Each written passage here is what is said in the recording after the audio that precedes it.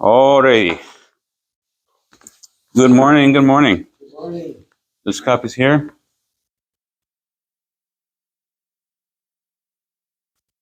Okay. We are going to continue the discourse, the mimer that we started on Friday.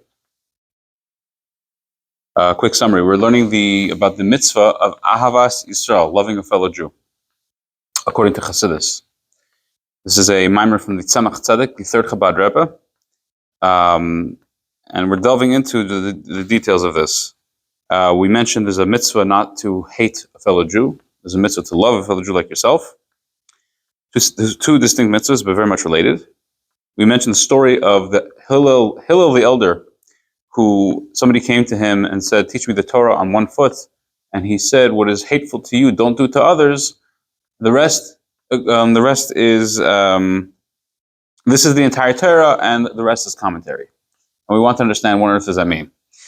How could the entire Torah be founded on the principle of Ahavas Yisroel, loving a fellow Jew? There's things that are between me and Hashem. What does that have to do with loving a fellow Jew? Does me putting on tefillin? Why is the foundation of that loving a fellow Jew? Me davening, me praying. What is it? It's seemingly they're two different realms. Okay. And to the extent that we stay before our prayers, we say Hareini mekabel ala mitzvasase. I take upon myself the positive commandment to love your fellow like yourself. So what's going on here? Okay, so we're on the first page, line number 9. You see I have the lines numbered, so just look at the number 10 as the one right above that. Okay. So I mentioned that the style of the Tzemach Tzedek in this particular book, the Derech Mitzvah it's called, is he'll bring a mitzvah. I'll tell you what the mitzvah is. He'll bring you a whop of Kabbalah, which is like basically Chinese, and then also, okay, now let's explain it according to Chassidus, so you'll have to understand a little bit. And I said that's not the case in this mimer. It's not 100% true. He actually does throw in a little bit of Kabbalah, and then he kind of elaborates. Okay, so let's start with that. Aleph. Hine b'taimei mitzvahs parshas kadoshim ksiv kosav ha'arizal. There's a book called Taimei Mitzvahs, the reasons of the mitzvahs, from the Arizal, the holy Ari. So interestingly, the Arizal, he didn't live very long. He lived 30-something so years. And he didn't write any of his stuff. One of his most dedicated student, the Rabbi Chaim Vital, was the one who wrote all of his writings. So we have all these writings of the Arizal, a bunch of books, and he didn't write them. They're his teachings, but they were written by his students, mainly Rabbi Chaim Vital. So as you see, you're going to see in a moment that we're quoting the Arizal, but he's referring to something that his teacher did. His teacher is referring to himself, because the Rabbi Chaim Vital wrote it. He's talking about his teacher, the Arizal. Fine. So let's see. So it says in this book of Kabbalah, V'zel l'shayni. This is the wording. This is a quote. Ki kol Yisroel soid guf echad, Aleph, shel nishmas adam harishain, hanoida etzleinu. Because it says over there that all of Israel, the whole Jewish people, are the idea of, now the word guf is going to be used here twice in this paragraph. Guf means a body, right? It's not exactly the translation here. I'm going to translate the word guf here as entity. Okay? All of Israel are one entity of the soul of Adam Harishain, the first man, Adam. As is known by us, the Kabbalists. Skip the parentheses. The kol echad mi Yisrael hu ever prati.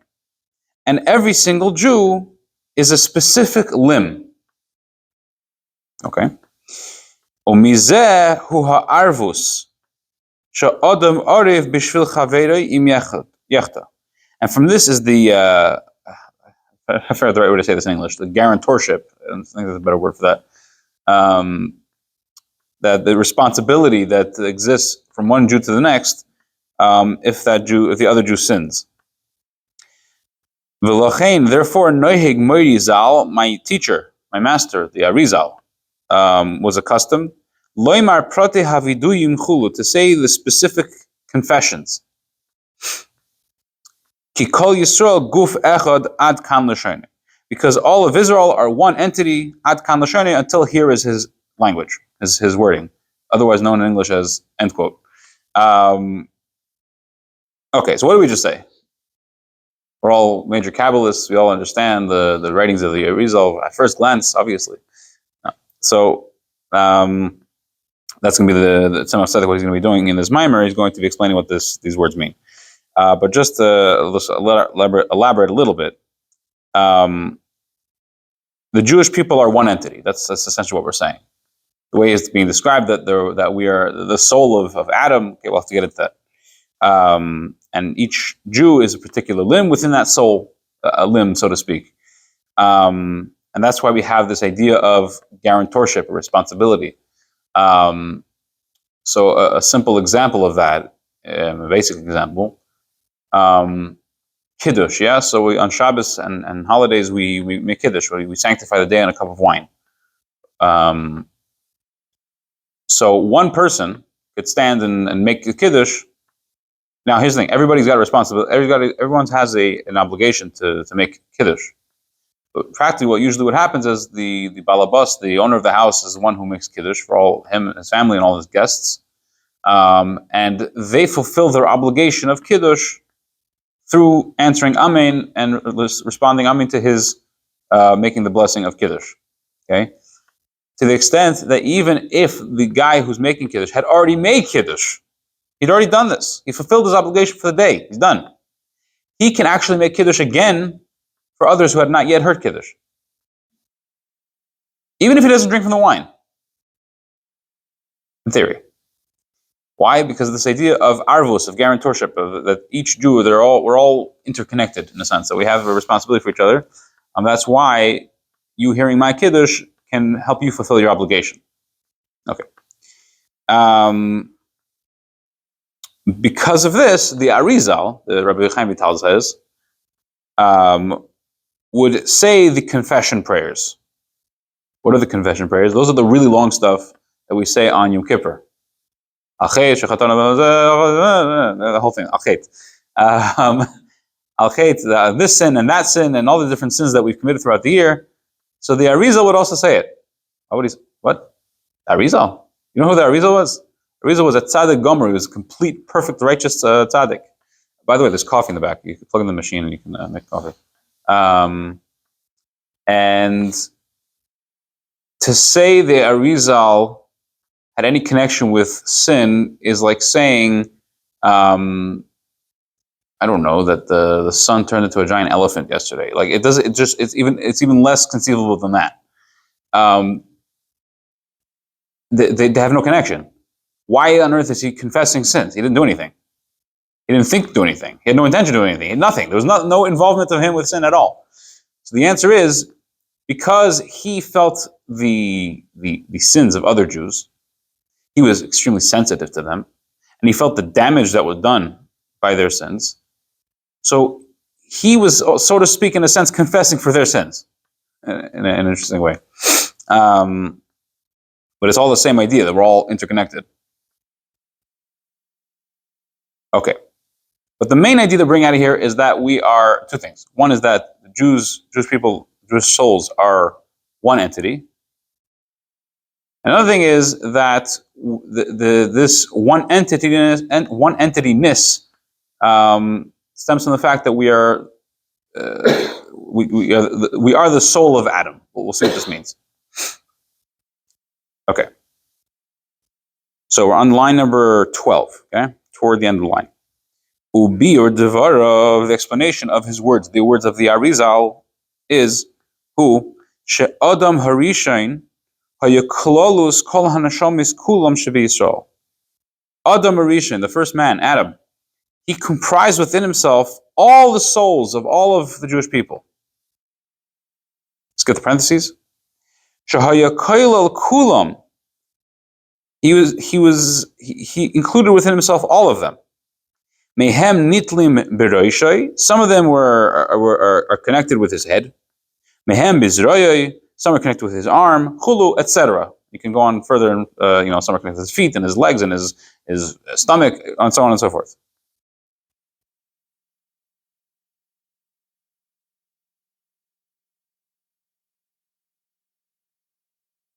V'al shem zeh nikra Adam. And this is why Adam, that's his name, Adam, that's why he's called Adam. Why is he called Adam? Anybody know? Why is Adam called Adam? Why didn't he have a name like Frank or something?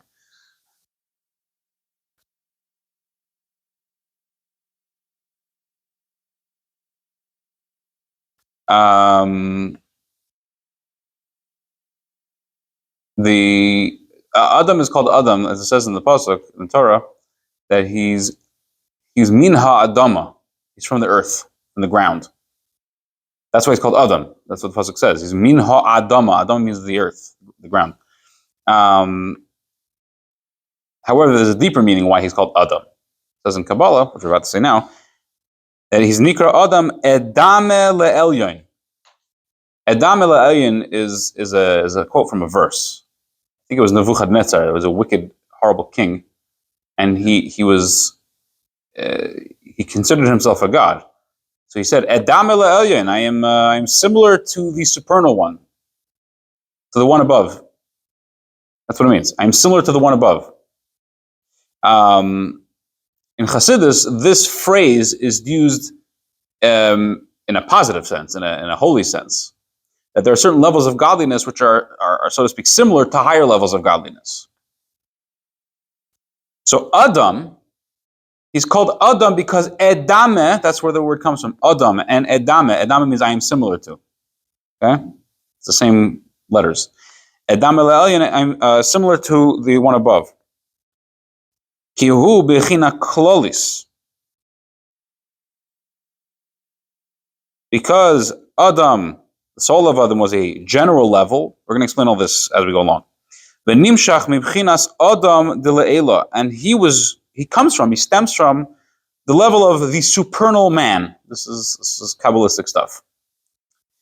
Shekoilel yud sfiros b'chinas partzuf, which the supernal man is made up of the 10 spheros. And as it is written, B'ni b'chayri Yisroel, my son, my firstborn Israel. Okay, what on earth did we just say?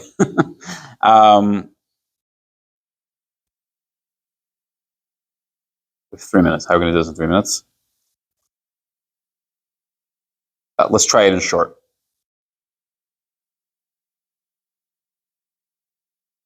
How many pieces does Hashem have? Scary question, huh? Pieces. How many parts does he have? The answer is 1. Okay. How many defining factors does he have?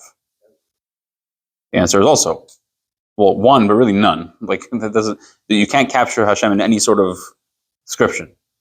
Not because we're too stupid or not smart enough, but because he is infinite and there is no description.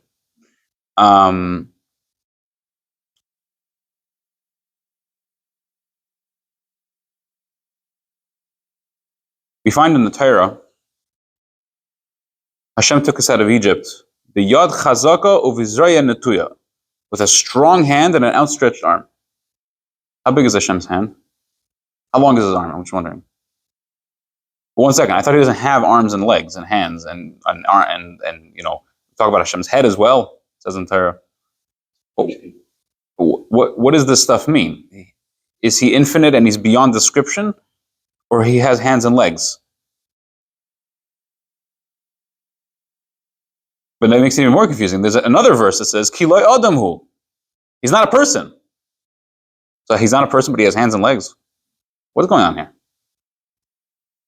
So the typical answer is, it's metaphorical, meaning it's not literal.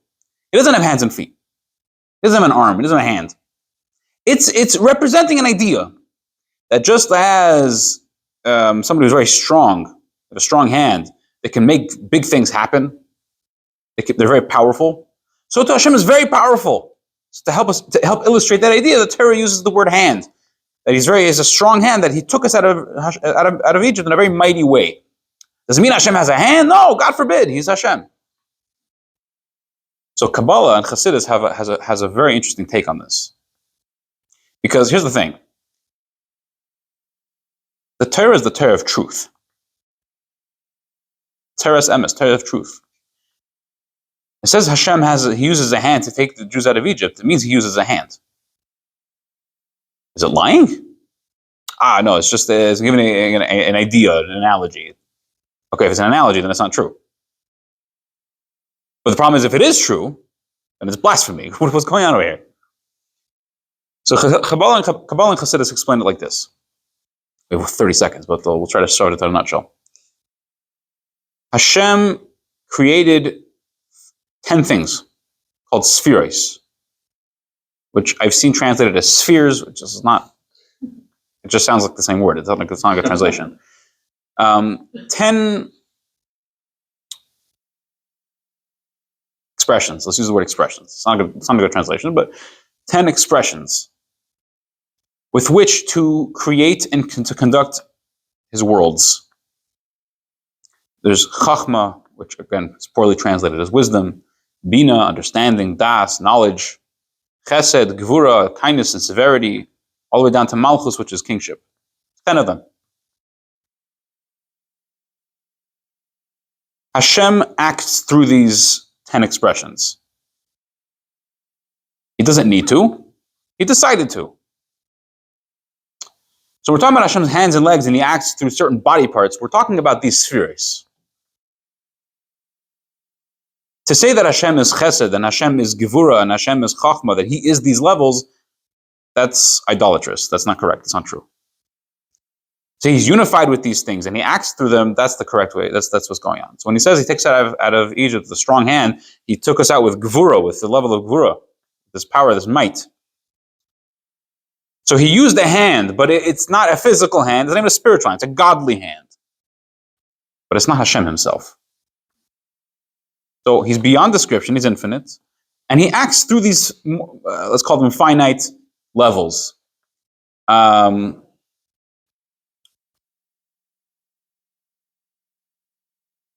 This is why Hashem is called Adam as well. He's called a person. What do you mean? You just said that he's not a person. Right. But in a certain sense, he is a person. When we're talking about these 10 spheres, these 10 expressions of godliness, that is the Adam that we're referring to, the godly Adam.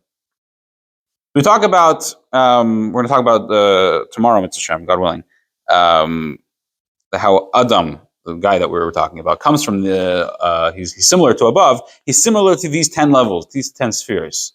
He's called Adam. That's called Adam as well. So Adam is similar to a level of these levels of godliness. We'll explain more tomorrow, God willing. Have a great day.